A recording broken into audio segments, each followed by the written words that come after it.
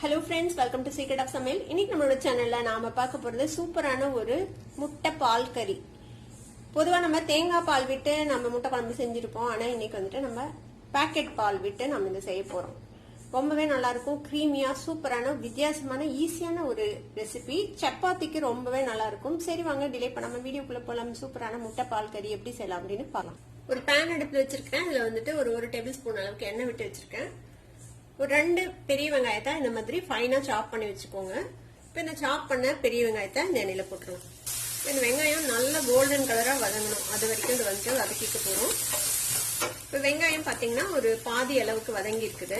இந்த ஸ்டேஜ்ல ஒரு 3 பச்சை மிளகாவை இந்த மாதிரி ஸ்லைசஸா வெட்டி வச்சிருக்கேன். அதையும் சேர்த்திக்கலாம். இதுல வந்து காரத்துக்கு நம்ம வரமிளகாய் பொடி யூஸ் பண்ண மாட்டோம். பச்சை மிளகாவும் மிளகுத்தூள் மட்டும்தான் யூஸ் பண்ண போறோம். உங்களுக்கு எதோட காரம் டாமினண்டா வேணும் அப்படின்னு நினைக்கிறீங்களோ அதை வந்துட்டு நீங்க அதிகமா யூஸ் பண்ணிக்கலாம். இது கூடவே ஒரு டீஸ்பூன் அளவுக்கு இஞ்சி பூண்டு விழுது சேர்த்துக்கலாம். எல்லாம் சேர்ந்து நல்லா வதங்கணும். அது வரைக்கும் வதக்கி விட்டுக்கோங்க. நல்லா பச்சை வாசனை போய் இன்னும் கொஞ்சம் கோல்டன் கலரா வதங்கணும். இப்ப இஞ்சி பூண்டு விழுதும் நல்லா வதங்கிடுச்சு. வெங்காயமும் நல்லா சுருண்டு செவந்து வதங்கிடுச்சு பாருங்க. இப்ப இந்த ஸ்டேஜ்ல நம்ம மசாலா பொடியெல்லாம் சேர்த்திக்கலாம். அதுல என்னென்ன எடுத்து வச்சிருக்கேன் அப்படின்னு சொல்லிடுறேன். இதுல வந்துட்டு ஒரு டீஸ்பூன் அளவுக்கு கடலை மாவு, ஒரு 1/4 டீஸ்பூன் வந்துட்டு மஞ்சள் பொடி, 1 டீஸ்பூன் மிளகுத்தூள், 1/2 டீஸ்பூன் வந்துட்டு சீரகத்தூள், 1/2 டீஸ்பூன் கரம் மசாலா பொடி. இது எல்லாத்தையும் இதுல சேர்த்திக்கலாம். கடலை மாவு வந்துட்டு நம்ம பால் ஊத்த போறோம். பால் வந்துட்டு பிரிஞ்சு போகாம இருக்கிறதுக்கு வந்துட்டு ஹெல்ப் பண்ணும். இது வந்துட்டு நல்லா இந்த எண்ணெயிலேயே வதக்கி விடுங்க. நான்ஸ்டிக்ல செஞ்சீங்கன்னா ஒட்டாது கீழே. இதுவே நீங்க நார்மல் பேன்ல செய்றீங்கன்னா கீழே வந்துட்டு இந்த மசாலா எல்லாம் ஒட்டிக்கிறதுக்கு வாய்ப்பு இருக்குது. இஞ்சி பூண்டு பேஸ்ட்லாம். அப்போ கொஞ்சம் கேர்ஃபுல்லா பக்கத்துல இருந்து வதக்கி விடுங்க. கொஞ்சமா தண்ணி கூட விட்டுக்கலாம் நீங்க கீழே பிடிக்காம இருக்கிறதுக்கு. கடல் மாவை எண்ணெயில நல்லா வறுத்து விடணும்.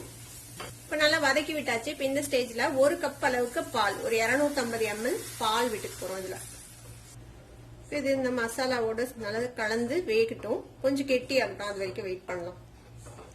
நம்ம கடலை மாவுலாம் போட்டிருக்கோம்ல, அதனால இது வந்துட்டு திக்காயிடும். கொஞ்ச நேரத்துல கைவிடாம இந்த மாதிரி மிக்ஸ் பண்ணி விடுங்க.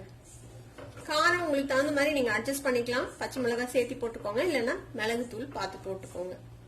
இது கூடவே இந்த கிரேவிக்கு தேவையான அளவுக்கு உப்பு சேர்த்திக்கலாம். இப்ப பாத்தீங்கன்னா தெரியும் கொஞ்சம் கிரேவி திக்காக ஆரம்பிச்சிருச்சு. இப்போ இந்த ஸ்டேஜ்ல நான் வந்துட்டு ஒரு 3 முட்டையை வந்துட்டு வேக வச்சு வச்சிருக்கேன். அந்த 2ஆ கட் பண்ணி வச்சிருக்கேன். அந்த முட்டையை வந்துட்டு இதுக்குள்ள சேர்த்திக்கலாம்.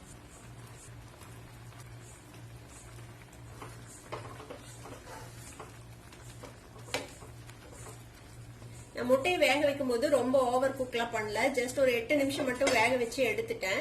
இது கிட்டத்தட்ட ஒரு 3/4 பங்கு தான் வெந்திருக்கு இந்த எக்கு.